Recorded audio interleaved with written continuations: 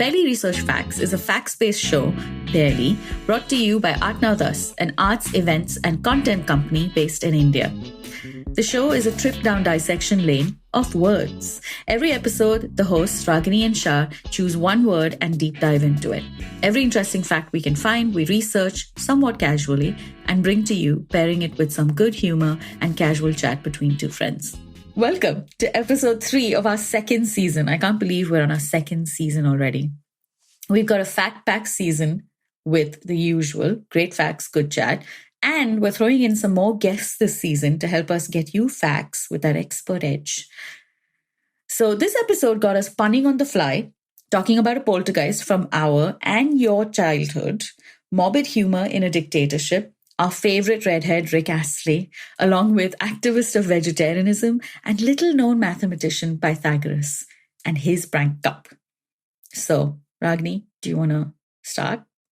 So the reason why we've chosen prank for this week's episode is because July 27th is the anniversary of one of the most famous pranks in the world. July 27th is the day that Rick Astley's iconic song, Never Gonna Give You Up, was released in 1987. And therefore, now we have an episode based entirely on pranks. So that's where this brings you. I mean, I think he's probably just accepted it and taken it on really in a really good way, how his song is just basically only for pranks. Yeah, he's been quite a sport about it. He's quite happy about it, and from everything I've read, he's quite a sport. Well, considering his song is now still, I wouldn't say in the charts. I sound like an old person, but still popular because it's a prank song. I think it's probably benefited him in more ways than one. Good for him. Good for Ricky. Him. Yeah, well done him. But you know what the thing is? Basically, because this, Rickrolling is the anniversary of the Rickroll is what sort of sparked the idea for this episode. I absolutely had to figure out where did this phenomena of Rickrolling begin from in the first place. But the problem with finding stuff on Rickrolling on the internet is that a lot of links are Rickrolls. So it has been an extremely, extremely tough research process for me. I've been rickrolled multiple times. But however, like always, we've come through. And yeah, here is what it is. So for those of you who don't know, rickrolling in a nutshell involves tricking somebody into clicking on a link that takes them to the video of this amazingly cheesy, super 80s song, Never Gonna Give You Up by Rick Astley. And it's usually done by suggesting that the link to something else should be this really compelling click and you really absolutely want to see this. And when you click on the link, it takes you to the song. Haha, very funny. I guess you just have to know it. And if you don't know it, then I think you're just going to be a little lost for this segment. But stick with us. I promise it's worth it. Okay, so now how did rickrolling begin? Which genius person decided that this would be the song to potentially haunt every unknown link that ever came on the internet? And for that, to know that, it is necessary to start at the beginning. Now, there was a predecessor to rickrolling, and its predecessor was this concept called duck rolling. Oh. Really, BRF is really the gift that just keeps on giving. I know, for me at least, and for you. So, duck rolling got its start thanks to the founder of the internet message board 4chan, Christopher Poole. And Poole decided to make it so that anytime a user would type the word egg into 4chan, it would automatically autocorrect to duck. Now, I personally also think that this is the beginning of the world's most annoying autocorrect ever. And again, if you know, you know. So the prank was apparently a big hit with users. People loved that. And it grew to this place where people just loved that if you ever typed in the word egg roll, it would automatically convert to duck roll, whenever it was typed. And as the joke evolved, there was one user who then photoshopped and linked an image of a duck on wheels. So cute. And so if you typed egg roll, you would then get this image of a duck rolling on wheels. The collective power of creativity on the internet, yeah, it's just astounding. Anyway, it soon became a common prank on 4chan to trick other users into clicking links that led to the image of this duck, resulting in the term duck rolled. Now, all this then brings us to rickrolling, because sometime in May 2007, there was some unknown user on 4chan's video game board posted a link for the trailer for Grand Theft Auto 4. But the link took people to a freebooted upload of the music video Never Gonna Give You Up. So that's suddenly where this just took off. And then suddenly linking the song became the new popular prank, outranking duck rolling, presumably. And the term rickrolling, borrowing from Rick Astley's first name, and the duck rolling meme was coined to describe it. So effectively, I've just given you the etymology of rickrolling. How amazing is that? It'll give more depth to the pranks that I pull on people. The peak of Rickrolling came on 1st April 2008 when YouTube automatically started redirecting every person who clicked on any video on the site's main page to the music video for the song. And coming back to Rick Astley's reaction to all of this, which is where this whole segment began from, apparently Rick Astley first learned about Rickrolling after friends of his Rickrolled him, and he had no clue what was going on until his teenage daughter explained it to him. And then from what I've heard, he was a total sport and he was like, he loves the idea of it. And that, dear listeners, is the history of the Rickroll. We do have one last super fun bit that I haven't been able to include in the episode. You should totally go to our website, click on the link in our episode notes, and it is definitely not a Rickroll, I promise. But you should totally do it because it's a really fun fact.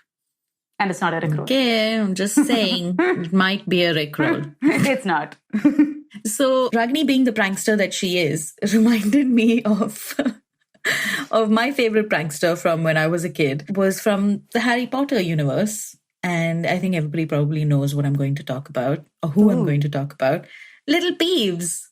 Not so little, very ancient poltergeist from the Harry Potter novels. So Peeves is described as this miscreant, this constant mischief maker at Hogwarts. And I think he was like a really good addition for comedic relief. Not that there was any lack of comedy during the books, but he's just a nice addition. Also sometimes annoying, but mostly nice. So J.K. Rowling apparently has said that it was inevitable that in a building bursting with teenage witches and wizards, a poltergeist would be generated.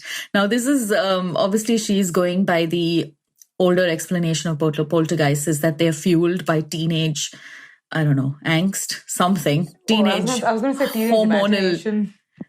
No, like just hormonal cocktails of angsty teenagers. Really? That's what they're.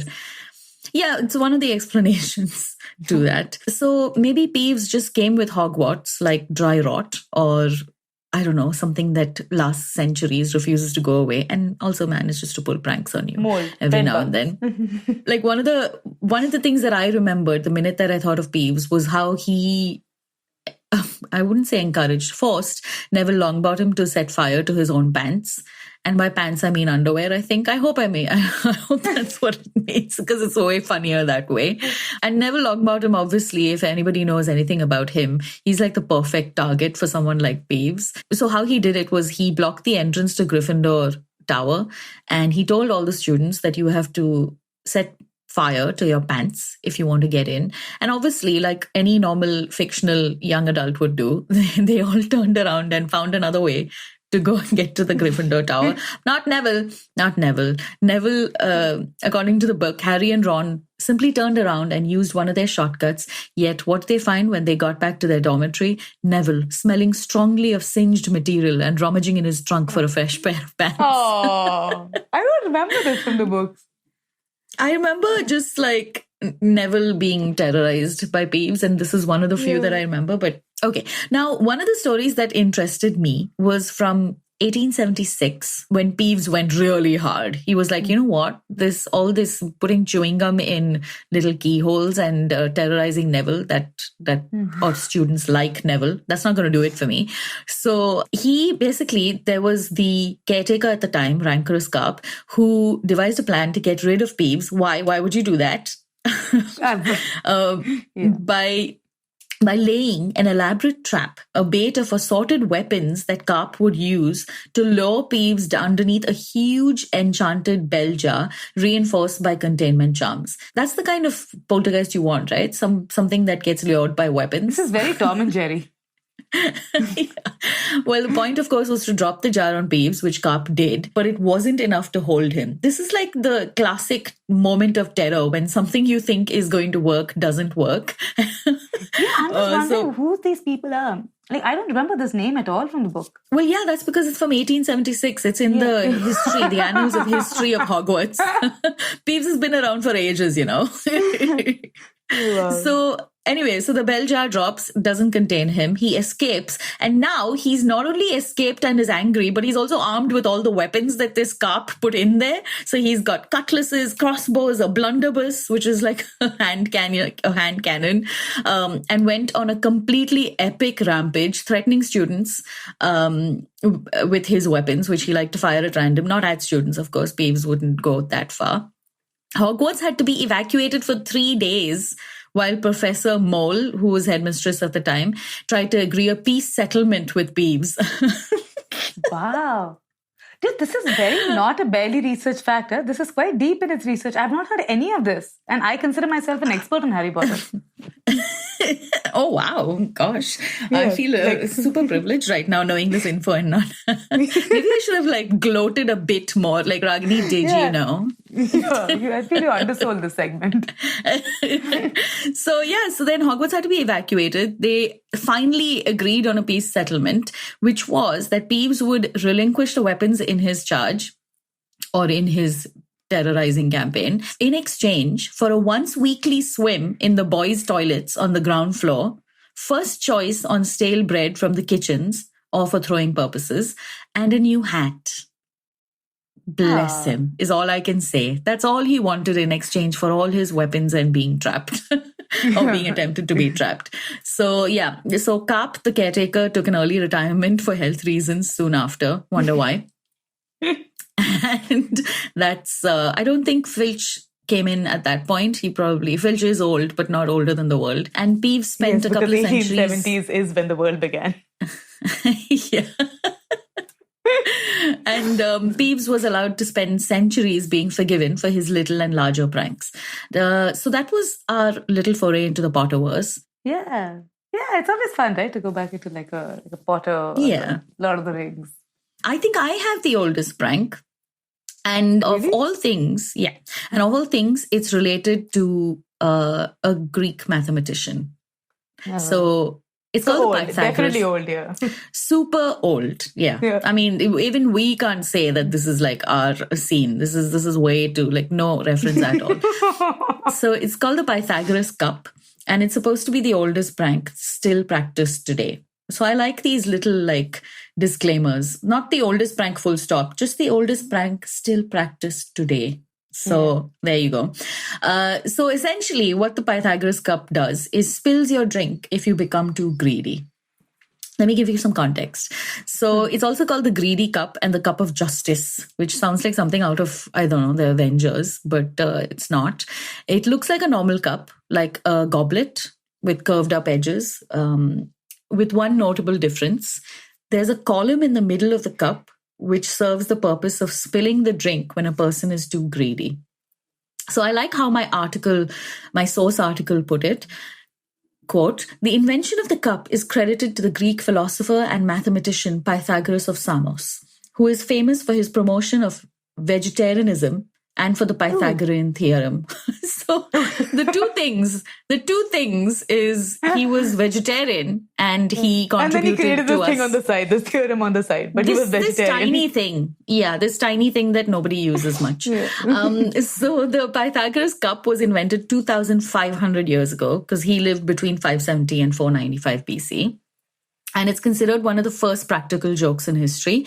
And it's still used by pranksters all over the world. I love this article. We'll link it in the additional reading for this episode. So, versions of the Pythagorean cup that date back as far as the 4th century have been found by archaeologists, including Roman variations on the same design.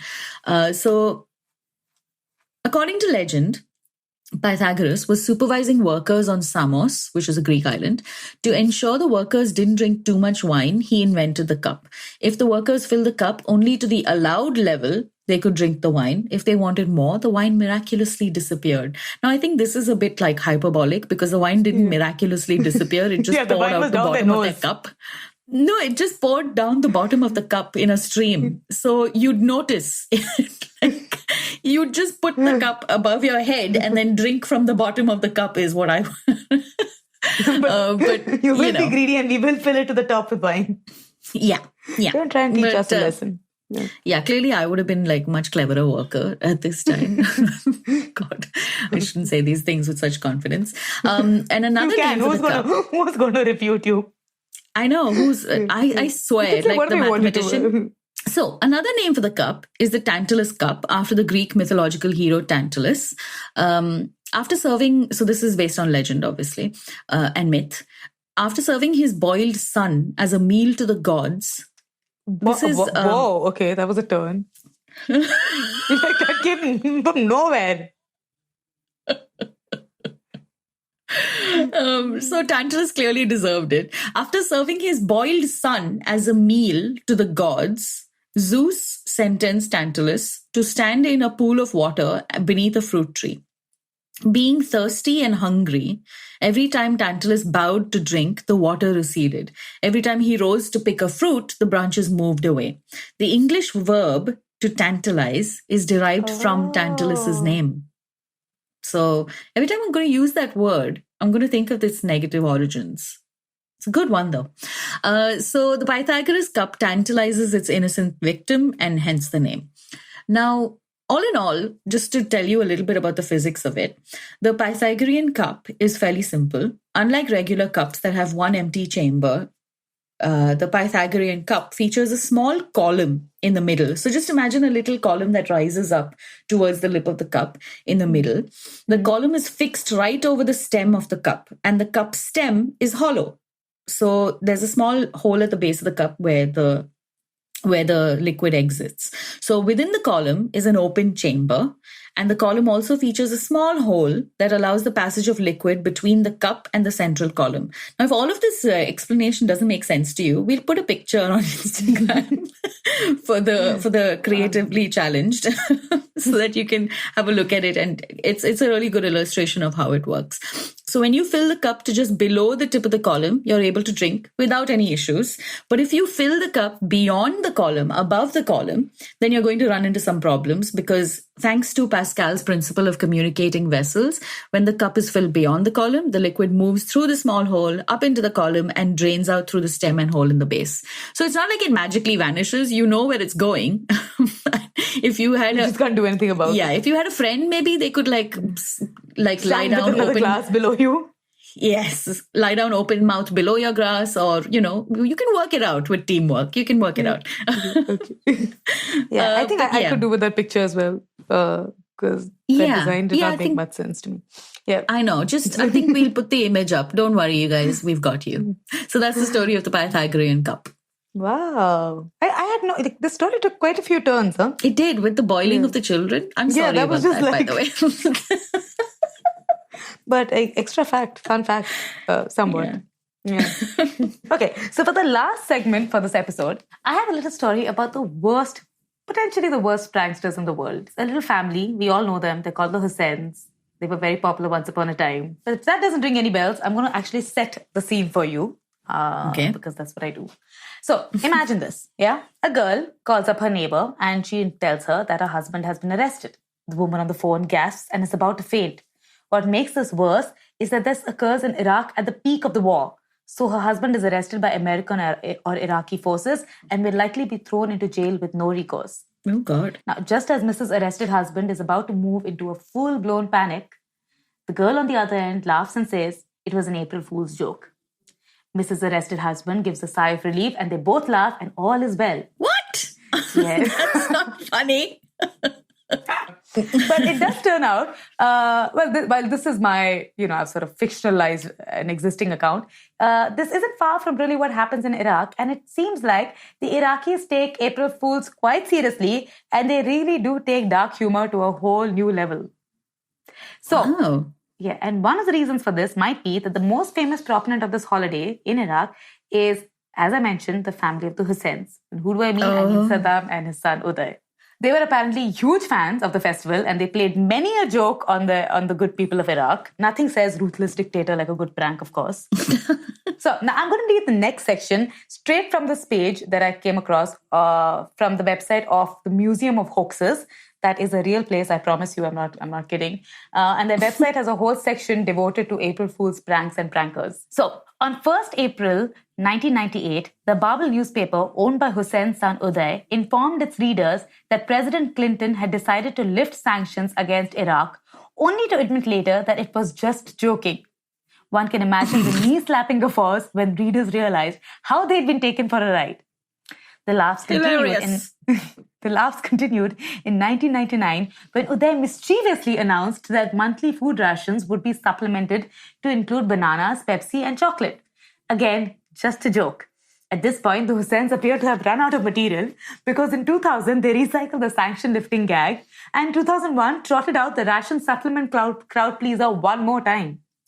The merciless quality with which the same joke was repeated year after year had an almost surreal quality to it. In fact, it almost makes one sympathize with Saudi Arabia's chief cleric, the Grand Mufti Sheikh Abdul Aziz bin Abdullah Al Sheikh, who in 2001 decreed that the celebration of April Fool's Day should be banned altogether. It is not known if the Sheikh had his neighbor's hijinks in mind when he issued the ban. So this whole paragraph just cracked me up because it was hilarious. Anyway, the enthusiasm for the day has transcended the rule of the Husseins. The traditional day of tricks and practical jokes in Iraq is known as Kitbit Nisan or April Lai and was imported from the West decades ago. Now, the general situation in the country and the daily tensions that the people have to deal with have sort of led this day and the humor associated with this day to kind of take a bit of a dark tone. There is another New York Times article that we will link in the blog that talks about this particular brand of humor in Iraq. And one of the stories it tells is about this girl named Rava, who very casually says that in 2004, when she was in college, the students persuaded the class that on April Fool's Day, the poetry professor, a man they all hated, had been assassinated. Rava says, "We felt sorry for him, but very happy at the same time because there will be no more poetry lectures that day." Oh, God. Yeah. But it does turn out that the macabre humor offered people a chance to laugh for a change in what was otherwise quite a dire situation, I suppose. And she does say that sometimes it is difficult to tell what is serious and what is not. She'd gone one morning to the bank and had been told that a husband of a friend had been wounded with 3 bullets in his leg. And she said, "I thought it is Kitbat Nisan and might just be a joke." But then a call to the man's wife confirmed that he had in fact been shot and was in hospital right now. God, talk about dark turns, Ragini. Really. Like, I was like, wow. I used to think I have a dark sense of humor, but this is a whole other level. Yeah, but it does seem like this has become a widespread coping mechanism in the country. And while this is a bit sadder than what you'd expect to have in an episode on prank, I do think it's impressive to just see how human beings adapt to situations. Like survival instinct just kicks in. You just do what it takes. It is pretty amazing how you can get used to anything. But I guess, I also think that the thing that for most of us to be thankful for is that if you do have a dictator ruling a country, they don't have a sense of humor. Yeah. And not only are the jokes just really bad, like the fact that you have a bad joke and that you repeat it year after year, I think that's what's unforgivable. And on that note, I think it brings us to the end of this very fun episode. We hope you've had fun listening. Don't forget to go check out the extra information because I'm going to go check that link out and see if it is a Rickroll or a Dickroll or a it's just an amazing fact. You guys just have to hear it. Like you have to see it. The way that you're selling it. Okay. Well, let us know what you thought of the episode. Yes. And also let us know if you guys have had some fun pranks played on you or something that you've done. Just keep us in the loop. We'd like to know about these things. Write to us. Yes. We're on Instagram at Berry Research Facts, or you could just email us at hi@artnowthus.in. Also, if you're listening to this episode on iTunes or Spotify, we'd really appreciate it if you could rate us. And if you've really enjoyed the episode, drop us a review as well. It really helps us. And you have our eternal gratitude in return, always. Also, just another note before we sign off. We plug this into every episode, but I think it's really, it's something fun that we do, and I think it's totally worth signing up to. Our parent company, ArtNowThus, has a newsletter called Probably Relevant. It is a newsletter where we put in all of the cool stuff that doesn't go into the episodes or just stuff that we come across in general. We have, it's a culture newsletter. We have a feature article that goes out that's deeply culture embedded, and it has a bunch of just amazing things that we come across, and it's really fun, totally free. So you can sign up via our website at www.artnowthus.in, or you can hit the link in our Instagram bio. We will see you next time with a whole new word and a whole new episode. Bye, guys. Bye. As always, this episode was edited by Mohit Chandelier. Music for the podcast is by Charita Arora. See you soon. Bye.